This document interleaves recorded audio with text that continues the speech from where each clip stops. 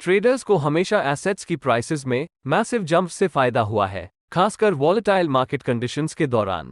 इसलिए एक ट्रेडर के लिए यह महत्वपूर्ण है कि आप एसेट्स की प्राइसेस में इन मैसिव जंप्स को समझें या मार्केट्स में बने गैप्स को समझें और फिर उनके बारे में स्टडी करें और उनका एनालिसिस करें और मार्केट में उनका ट्रेड करने के तरीके खोजें। गैप्स आखिर क्या है?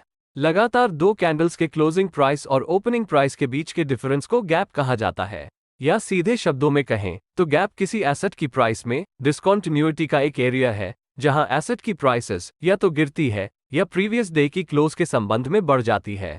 एक गैप तब होता है जब प्राइस दो ट्रेडिंग पीरियड्स के बीच स्किप हो जाती है, यानी कुछ प्राइसेस को स्किप कर देते हैं। इसलिए ये प्राइस चार्ट्स पर वॉइड बनाता है। प्राइस गैप्स चार्ट्स पर एक ऐसे एरिया है जहां कोई ट्रेडिंग नहीं हुआ है। अब आपके मन में एक सवाल होगा कि मार्केट में प्राइस गैप क्यों होता है? मार्केट्स में गैप्स क्यों होते हैं? इसके कुछ रीजंस हैं। सबसे पहले, गैप्स डिमांड और सप्लाई के बीच का इम्बैलेंस को दर्शाता है। उदाहरण के लिए, गैप अप बायर्स की अग्रेसिवनेस के कारण है, जिसका अर्थ है कि मार्केट में अधिक बाय ऑर्डर्स हैं या सप्लाई की तुलना में डिमांड अधिक है, जो प्राइसेस को ऊपर बढ़ने के लिए एक बूस्ट देगी, या दूसरे शब्दों में प्राइसेस गैप अप होगा।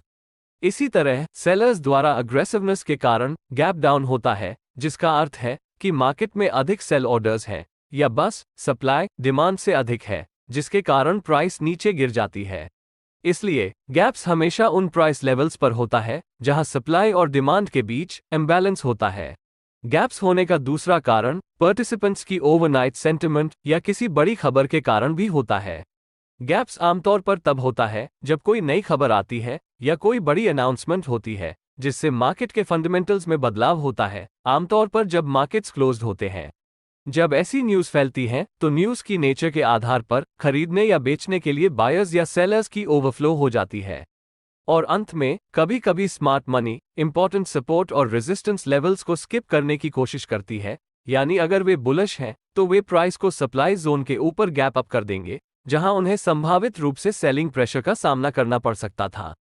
ध्यान देने वाली एक अन्य महत्वपूर्ण बात यह है कि गैप्स वास्तव में सपोर्ट या रेजिस्टेंस के रूप में कार्य कर सकते हैं। गैप अप के मामले में गैप्स सपोर्ट जोन के रूप में कार्य कर सकता है और गैप डाउन के दौरान गैप्स रेजिस्टेंस जोन के रूप में कार्य कर सकता है। हम इस पर्टिकुलर आइडिया का उपयोग इस वीडियो में आगे करेंगे। मेंशन करने लायक एक आइडिया गैप फिल की कॉन्सेप्ट है। Gap fill previous close level तक की प्राइस रिट्रेसमेंट को रेफर करता है जहां गैप की ओरिजिन होती है। आप एक क्वेश्चन पूछ सकते हैं कि क्या सभी गैप्स फिल हो जाते हैं? इस प्रश्न का सरल उत्तर है नहीं, सभी गैप्स फिल नहीं हो जाते हैं। हालांकि 90% से अधिक गैप्स अंततः फिल हो जाते हैं। यदि आप ये सोचकर ट्रेड कर रहे हैं कि हर बार गैप भर जाएगा, तो प्रॉब्लम ये होगी कि अगर यह फिल भी जाता है तो इसमें बहुत लंबा समय लग सकता है, जबकि अधिकांश गैप्स जल्दी फिल हो जाएंगे। कुछ गैप्स महीनों या वर्षों तक नहीं भरे जा सकेंगे। यदि आप गैप्स को फिल होने के इंटेंशन से ट्रेड करना चाहते हैं तो आपको यह ध्यान रखना होगा कि सभी गैप्स नहीं भरेंगे और उनमें से कुछ को फिल होने में बहुत लंबा समय लगेगा। सभी गैप्स एक जैसे नहीं होते, गैप्स डिफरेंट टाइप्स के होते हैं। दरअसल गैप को उस कॉन्टेक्स्ट के आधार पर क्लासिफाई किया जाता है जिसमें वे दिखाई देते हैं। नंबर 1 ब्रेकअवे गैप्स या ब्रेकआउट गैप्स हैं। ब्रेकअवे गैप गैप के रूप में एक इंपॉर्टेंट सपोर्ट या रेजिस्टेंस या सिग्निफिकेंट ट्रेंड लाइन के ब्रेकआउट को दर्शाता है। यह आमतौर पर एक कंसोलिडेशन रेंज या किसी कंटिन्यूएशन या रिवर्सल पैटर्न्स जैसे इंपॉर्टेंट पैटर्न्स के पूरा होने के बाद अपीयर होता है। ब्रेकअवे गैप्स क्यों फॉर्म होता है? ब्रेकअवे गैप के पीछे का मेन लॉजिक ये है कि स्मार्ट मनी एग्जैक्टली जानता है कि रेजिस्टेंस एरियाज कहाँ है। यदि स्मार्ट मनी बुलिश है और हायर प्राइसेस की उम्मीद में है तो स्मार्ट मनी निश्चित रूप से एक रैली चाहेगी। अब समस्या यह है कि ओल्ड रेजिस्टेंस लेवल को कैसे अवॉइड करूं, जो कुछ सेलिंग प्रेशर ला सकता है। तो स्मार्ट मनी क्या करेंगे कि वे रेजिस्टेंस से बचने के एक तरीके के रूप में जितनी जल्दी हो सके सप्लाई जोन से परे गैप अप करेंगे। ब्रेकअवे गैप बनने के बाद अब हमारे पास बुलिश ट्रेंड का क्लियर सिग्नल है। स्मार्ट मनी हायर प्राइसेस पर स्टॉक खरीदना नहीं चाहता है। उन्होंने लोअर लेवल्स पर अपनी मेजॉरिटी होल्डिंग्स पहले ही खरीद ली है। इंस्टीट्यूशंस जानती है कि ओल्ड रेजिस्टेंस एरिया के ऊपर एक ब्रेकआउट मार्केट में खरीदारी की एक नई वेव पैदा करेगा। वे इस बारे में कैसे सुनिश्चित हो सकते हैं? नंबर 1, कई ट्रेडर्स जिन्होंने मार्केट को शॉर्ट कर दिया है अब स्टॉक को वापस खरीदकर अपनी पोजीशन को कवर करने के लिए मजबूर होंगे। फिर ट्रेडर्स का एक दूसरा ग्रुप होगा जो बाइंग अपॉर्चुनिटीज के लिए ब्रेकआउट्स की तलाश कर रहे हैं। अंत में ऐसे ट्रेडर्स भी होंगे जिनके पास मार्केट में कोई ओपन पोजीशंस नहीं है, जो महसूस कर सकते हैं कि वे मिस आउट कर रहे हैं और उन्हें खरीदारी शुरू करने के लिए ब्रेकआउट इनकरेज किया जाएगा। ज्यादातर समय एक ब्रेकअवे गैप, एक ट्रैप अप मूव या फॉल्स ब्रेकआउट नहीं होगा, क्योंकि हाई वॉल्यूम्स इस प्राइस मूव्स का सपोर्ट कर रहा है। दूसरे प्रकार के गैप पर आते हैं जो कि रनअवे गैप या मेजरिंग गैप है। इस मामले में प्राइस मूव्स कुछ समय से चल रहा है। प्राइस मूव के कहीं बीच में एक गैप फॉर्म होगा। इस तरह के गैप्स को रनअवे गैप कहा जाता है। अप ट्रेंड में ये ट्रेंड की कंटिन्यूएशन का संकेत है और डाउन ट्रेंड में ये डाउन ट्रेंड की कंटिन्यूएशन का संकेत है। तीसरे प्रकार पर चलते हैं जो एग्जॉस्शन गैप्स है। ये आमतौर पर वीक गैप अप्स या वीक गैप डाउन्स होते हैं। ये रेजिस्टेंस तक वीक गैप अप या सपोर्ट लेवल तक वीक गैप डाउन हो सकता है। ये प्राइस एक्शन आमतौर पर आपको पोटेंशियली वीक मार्केट्स और खराब ट्रेड्स में फंसाने के लिए डिजाइन की जाती है और आपके स्टॉप लॉस को हिट कर सकती हैं। अक्सर यह मार्केट्स में फॉल्स ब्रेकआउट या फॉल्स ब्रेकडाउन का कारण बनता है। आइए जानें कि गैप्स का सक्सेसफुली ट्रेड कैसे करें। आपके बेनिफिट के लिए मार्केट गैप्स का उपयोग करने के कई तरीके हैं। हालांकि इस एपिसोड में हम मार्केट गैप्स के संबंध में ब्रेकआउट्स और रिवर्सल्स के आइडिया के बारे में बात करेंगे।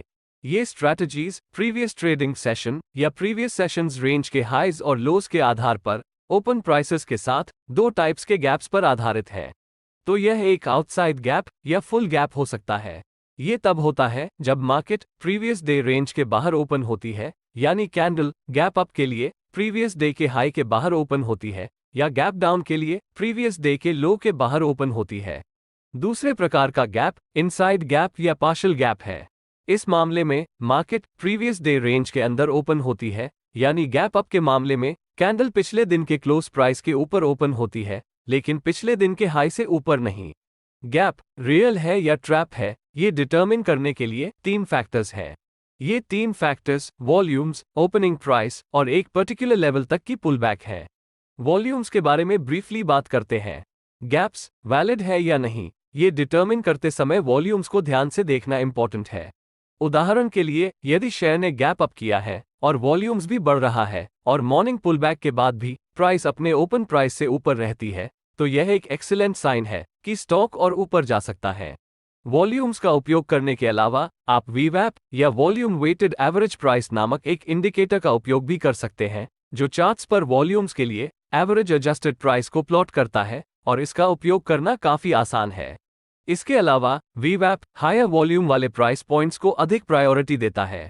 वीवैप के बारे में बात करते हुए, वीवैप का उपयोग आमतौर पर इंट्राडे चार्ट्स के साथ किया जाता है ताकि इंट्राडे प्राइसेस की जनरल डायरेक्शन निर्धारित की जा सके। यह मूविंग एवरेजेस के समान है। जब प्राइस वीवैप से ऊपर है तो प्राइसेस बढ़ रही हैं और जब प्राइस वीवैप से नीचे है तो प्राइसेस गिर रही हैं। लेकिन इस वीडियो में हम कॉन्फर्मेशंस के लिए वॉल्यूम बार्स का पालन करने के कन्वेंशनल अप्रोच का उपयोग करेंगे। अब बात करते हैं टाइम फ्रेम्स की।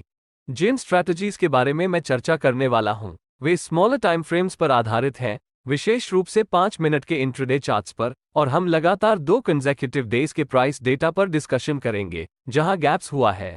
शुरू करने के लिए मुझे पिछले दिन के हाइज और लोस को प्लॉट करना होगा और चार्ट पर वॉल्यूम इंडिकेटर को भी ऐड करना होगा। फिर आपको ये देखना होगा कि क्या ये गैप अप या गैप डाउन है, और यह भी पता लगाना है कि फॉर्म हुआ गैप पार्शियल गैप था या फुल गैप। अब इन प्रीरेक्विजिट्स को खोजने के बाद आप या तो ब्रेकआउट अप्रोच या रिवर्सल अप्रोच अपनाने के लिए तैयार हैं। और सबसे महत्वपूर्ण बात, गैप ओपनिंग की केस में मार्केट खुलने के बाद पहले 1 घंटे के लिए ट्रेड्स न करें, क्योंकि हमें मॉर्निंग प्राइस रेंज को समझने की जरूरत है या ऐसी वॉलेटाइल ओपनिंग के दौरान होने वाले प्राइस एक्शन को समझने की जरूरत है ताकि कुछ कॉन्फिडेंस के साथ अपनी स्ट्रैटेजी को इंप्लीमेंट कर सके।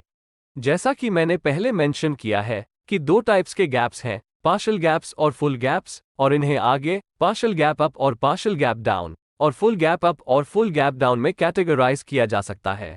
तो इन 4 कैटेगरीज के गैप्स के लिए हम वास्तव में एक लॉन्ग ट्रेड और एक शॉर्ट ट्रेड इंप्लीमेंट कर सकते हैं, जो हमें यूज करने के लिए 8 अलग अलग स्ट्रैटेजीज प्रोवाइड करेगा। लेकिन इस पॉइंट पर मैं 4 स्ट्रैटेजीज की एक्सप्लेनेशन करूंगा जिनकी विन रेट अन्य 4 स्ट्रैटेजीज की तुलना में अधिक है, और मैं ये स्पष्ट कर दूं कि कभी कभी ट्रेड्स हमारी प्लान के अनुसार काम नहीं करते हैं, और यह बेहतर है कि हम ऐसी सिचुएशंस में ट्रेड न करने का डिसीजन ले। चलो फुल गैप्स के साथ ट्रेडिंग करना शुरू करते हैं। आइए फुल गैप अप के बारे में बात करते हैं, यानी गैप अप कैंडल का ओपन प्राइस पिछले दिन के हाई से ज्यादा है। हमें यहां ध्यान देना होगा कि पिछले दिन का हाई एक इंपॉर्टेंट प्राइस लेवल है जो प्राइसेस के लिए सपोर्ट लेवल के रूप में कार्य कर सकता है। ये गैप अप की डायरेक्शन में बाइंग प्रेशर पैदा कर सकता है। तो इस पर्टिकुलर सिचुएशन में हमें मार्केट ओपनिंग के पहले 1 घंटे के दौरान प्राइसेस की एक रेंज बनाने के लिए इंतजार करना होगा, और अगर प्राइस पिछले दिन के हाई लेवल्स पर पुल बैक करती है, जो कि यहाँ एक डिमांड जोन है, तो हम देखेंगे कि जब प्राइस वास्तव में ओपनिंग रेंज हाइज या मार्केट ओपन के पहले घंटे के दौरान बने हाई के ऊपर टूट जाती है, तो अपसाइड डायरेक्शन में एक कंटिन्यूएशन ट्रेड ले सकता है। हमें यह भी देखना होगा कि वॉल्यूम्स फेवरेबल है या नहीं, जो हमारे ट्रेड की कंफर्मेशन को मजबूत करने में मदद करेगा। हम रेंज के हाइस के ऊपर एक लॉन्ग ट्रेड एंट्री कर सकते हैं, और हम एक सूटेबल बफर के साथ पिछले दिन के हाई लेवल के नीचे स्टॉप लॉस रख सकते हैं। अगर ओपनिंग रेंज हाई बहुत बड़ी है, तो हम वास्तव में रेंज के ऊपर कम से कम 1.5:1 रिवॉर्ड टू रिस्क रखते हुए एक ट्रेड ले सकते हैं, और रेंज के नीचे या ब्रेकआउट कैंडल के लोज के नीचे स्टॉप लॉस लगा सकते हैं। अब आपके मन में एक डाउट हो सकती है कि क्या होगा अगर गैप अप बहुत बड़ा है, यानी अगर प्राइस पिछले दिन के हाई लेवल से काफी ऊपर ओपन होती है। इसका मतलब ये है कि यह सपोर्ट के किसी भी एरिया से बहुत दूर है, और ऐसे में प्राइसेस के वापस सपोर्ट लेवल या प्रीवियस डे हाइस पर रिट्रेस होने की चांसेस बहुत कम है। इसलिए एक प्राइस एक्शन ट्रेडर के रूप में हम कोई भी रीजनेबल ट्रेड्स इनिशिएट नहीं कर सकते हैं, क्योंकि कोई क्रिटिकल प्राइस लेवल्स नहीं है जहां हम ट्रेड एंट्री पा सकते हैं। निश्चित रूप से अगर मार्केट खुलने के बाद 1 घंटे की रेंज के पास कोई मेजर सपोर्ट और रेजिस्टेंस लेवल है, तो हम प्राइस एक्शन के आधार पर एक ब्रेकआउट या रिवर्सल अप्रोच अपना सकते हैं। इसके अलावा एक प्राइस एक्शन ट्रेडर के लिए प्राइस लेवल्स से इतनी बड़ी शिफ्ट से दूर रहना बेहतर है, क्योंकि ट्रेड्स की विन रेट कम हो सकती है। मैं यह नहीं कह रहा हूं कि ह्यूज गैप अप्स का ट्रेड करना संभव नहीं है। निश्चित रूप से वीवैप जैसे टेक्निकल इंडिकेटर्स के साथ ये पॉसिबल है, जिसके बारे में हम टेक्निकल एनालिसिस कोर्स में बात करेंगे, लेकिन प्राइस एक्शन के स्कोप में ऐसी सेटअप से दूर रहना बेहतर है। अब हम ऐसे ही एक मामले की बात करते हैं, लेकिन ये फुल गैप डाउन के बारे में है, यानी प्राइस पिछले दिन के लो से नीचे ओपन होती है। इस मामले में पिछले दिन का लो एक रेजिस्टेंस लेवल के रूप में कार्य करेगा, जहां पोटेंशियल सेलर्स आ सकते हैं और प्राइसेस को नीचे धकेल सकते हैं। तो हमारा अप्रोच ये होगा कि वॉलेटिलिटी के शांत होने के लिए पहले घंटे का इंतजार किया जाए, और फिर प्राइसेस में पिछले दिन के लो पर एक पुलबैक की तलाश की जाए, जो एक पोटेंशियल रेजिस्टेंस लेवल है। अब पहले घंटे के दौरान बनी रेंज की लो प्राइस को मार्क करें, और यदि प्राइस हाई वॉल्यूम के साथ इस रेंज के लोस के नीचे ब्रेक होने में कामयाब होते हैं, तो हम गैप डाउन की डायरेक्शन में एक कंटिन्यूएशन ट्रेड में एंटर कर सकते हैं। हम रेंज लो के ब्रेकआउट के नीचे एक शॉर्ट एंट्री ले सकते हैं, और हम स्टॉप लॉस को पिछले दिन के लोस से ऊपर रख सकते हैं, या यदि रेंज बहुत बड़ी है तो हम लगभग 1.5:1 के प्रीडिफाइंड रिवॉर्ड टू रिस्क के साथ एक शॉर्ट ट्रेड कर सकते हैं, और हम स्टॉप लॉस को रेंज ब्रेकआउट कैंडल के ठीक ऊपर रखेंगे। इसलिए बेहतर होगा कि जब प्राइस किसी सपोर्ट या रेजिस्टेंस लेवल्स का रिस्पेक्ट न करे, तो ट्रेडिंग करने से बचें। इन दो टेक्निक्स का ट्रेड करने का विचार पुलबैक की स्ट्रेंथ पर आधारित है, जिसका अर्थ है कि यदि पुलबैक बहुत मजबूत है और प्राइस हाई वॉल्यूम्स के साथ लेवल से टूट जाती है, तो हम इन दो स्ट्रैटेजीज को इंप्लीमेंट करने के बारे में सोच सकते हैं। यदि आप क्यूरियस हैं, तो आप अन्य दो स्ट्रैटेजीज के बारे में अधिक रिसर्च कर सकते हैं। आइए अब हम दो पार्शियल गैप ट्रेडिंग स्ट्रैटेजीज के बारे में बात करते हैं। जिन इंपॉर्टेंट पॉइंट्स पर हमने पहले चर्चा की है, उनमें से एक ये था कि एक गैप सपोर्ट या रेजिस्टेंस लेवल के रूप में कार्य कर सकता है। जब प्राइस चलती है और गैप को क्लोज कर देती है या गैप को फिल कर देती है, तो प्राइस अक्सर बाउंस हो जाती है और सप्लाई या डिमांड के एरिया के रूप में कार्य करती है। तो यहाँ विचार करने के लिए दो पोटेंशियल लेवल्स हैं। पहला पिछले दिन की क्लोजिंग प्राइस है, जो प्राइसेस का सपोर्ट कर सकती है, और दूसरा उस पर्टिकुलर डे की ओपनिंग कैंडल है। तो ये दोनों लेवल्स प्राइस रिवर्सल के लिए पोटेंशियल लेवल्स हैं। इसलिए इन दोनों लेवल्स को अलग अलग एंटिटीज के रूप में मानने के बजाय हम उन्हें एक जोन या प्राइस एक्शन के एरिया के रूप में देखेंगे। पार्शियल गैप अप के साथ शुरू करते हैं, यानी ओपन प्राइस पिछले दिन के क्लोज से ऊपर है, लेकिन अभी भी पिछले दिन के हाई लेवल से नीचे है। जब मार्केट में गैप अप होता है तो गैप किसी भी पुलबैक के लिए सपोर्ट लेवल के रूप में कार्य करता है। पुलबैक लोअर वॉल्यूम के साथ गैप का टेस्ट करता है, जो हमें बताता है कि प्राइसेस को गैप से पार पाने या गैप के नीचे ब्रेकआउट होने के लिए पर्याप्त स्ट्रेंथ नहीं है। इसके बजाय गैप सपोर्ट बन जाता है और ऊपर की ओर एक पोटेंशियल प्राइस रिवर्सल संभव है और ट्रिगर होने वाला कोई भी बुलिश सिग्नल हमारी बाय एंट्री है। तो यह एक बुलिश पिनबा या एनगल्फिंग पैटर्न आदि हो सकता है। जब प्राइसेस बढ़ने लगती हैं तो हम वॉल्यूम्स इंक्रीज होने की भी उम्मीद कर सकते हैं। हम इस बुलिश सिग्नल पर लॉन्ग एंट्री लेने की सोच सकते हैं, यानी हम रिवर्सल कैंडलस्टिक के हाई के ऊपर एंटर करने की प्रतीक्षा कर सकते हैं, या इससे भी अधिक कंजर्वेटिव अप्रोच के लिए हम तब एंटर कर सकते हैं जब प्राइसेस अब तक बने डे हाई लेवल से ऊपर टूटती हैं। लेकिन यह एंट्री अप्रोच का कोई सेंस नहीं है यदि रेंज हाई पिछले दिन के हाई के बहुत करीब है, क्योंकि पोटेंशियल सेलिंग प्रेशर आ सकता है और आपका ट्रेड आपके खिलाफ जा सकता है। इसलिए एक अच्छा रिवॉर्ड परसेंटेज बनाए रखना सुनिश्चित करें और उन महत्वपूर्ण लेवल्स पर नजर रखें जहां अपोजिंग प्रेशर संभावित रूप से आ सकता है। हम स्टॉप लॉस को गैप जोन के ठीक नीचे रख सकते हैं और हम रिवॉर्ड टू रिस्क को 1.5:1 तक रख सकते हैं, या आप पिछले दिन के हाई लेवल के रूप में भी टारगेट को डिसाइड कर सकते हैं। तो इस स्ट्रैटेजी का बेनिफिट यह है कि gaps 90% of the time fill होता है, इसलिए यह एक लोकप्रिय ट्रेडिंग स्ट्रैटेजी है। दूसरी स्ट्रैटेजी तब होती है जब पार्शियल गैप डाउन होता है, यानी ओपन प्राइस पिछले दिन के क्लोज से नीचे होता है, लेकिन यह अभी भी पिछले दिन के लो से ऊपर होता है। जब मार्केट में गैप डाउन होता है तो गैप किसी भी पुलबैक के लिए रेजिस्टेंस लेवल के रूप में कार्य करता है। यदि पुलबैक स्मॉलर वॉल्यूम के साथ गैप का टेस्ट करता है तो यह हमें बताता है कि प्राइस में गैप को तोड़ने या गैप के ऊपर ब्रेकआउट करने के लिए पर्याप्त ताकत नहीं है। इसके बजाय गैप रेजिस्टेंस लेवल बन जाता है और नीचे की ओर एक पोटेंशियल प्राइस रिवर्सल संभव है। और कोई भी बेरिश सिग्नल जैसे बेरिश पिनबा या बेरिश एनगल्फिंग कैंडल्स आदि जो ट्रिगर होता है, यह मार्केट को शॉर्ट करने का हमारा अपॉर्चुनिटी है। ये भी जांचें कि क्या प्राइस मूव के साथ हाई वॉल्यूम्स जुड़ा हुआ है। आप बेरिश कंफर्मेशन कैंडलस्टिक के नीचे एक शॉर्ट ट्रेड कर सकते हैं और सेफ्टी के लिए गैप के ठीक ऊपर स्टॉप लॉस लगा सकते हैं, या रिस्क मैनेजमेंट के एक हिस्से के रूप में एक प्रीडिफाइंड रिवॉर्ड टू रिस्क रखना बेहतर है। अब ये दो पार्शियल गैप ट्रेडिंग स्ट्रैटेजीज हैं। अन्य दो टेक्निक्स एक पार्शियल गैप अप के साथ शॉर्ट एंट्री और एक पार्शियल गैप डाउन के साथ लॉन्ग एंट्री है।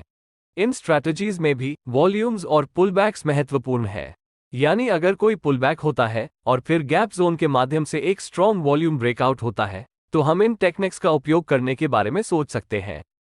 आप चाहें तो इन्हें खुद चेक कर सकते हैं। जब आप इन सभी स्ट्रैटेजीज पर ध्यान देते हैं जिन पर हमने चर्चा की है, हम वास्तव में गैप की डायरेक्शन में ट्रेड कर रहे थे और इसके अगेंस्ट नहीं। एक बार फिर यह आप पर निर्भर है कि आप वास्तव में चार्ट पर इन स्ट्रैटेजीज का बैकटेस्ट करें और पता करें कि क्या आप इसे अपने ट्रेड्स में सक्सेसफुली इंप्लीमेंट कर सकते हैं। दोस्तों, आज के लिए बस इतना ही।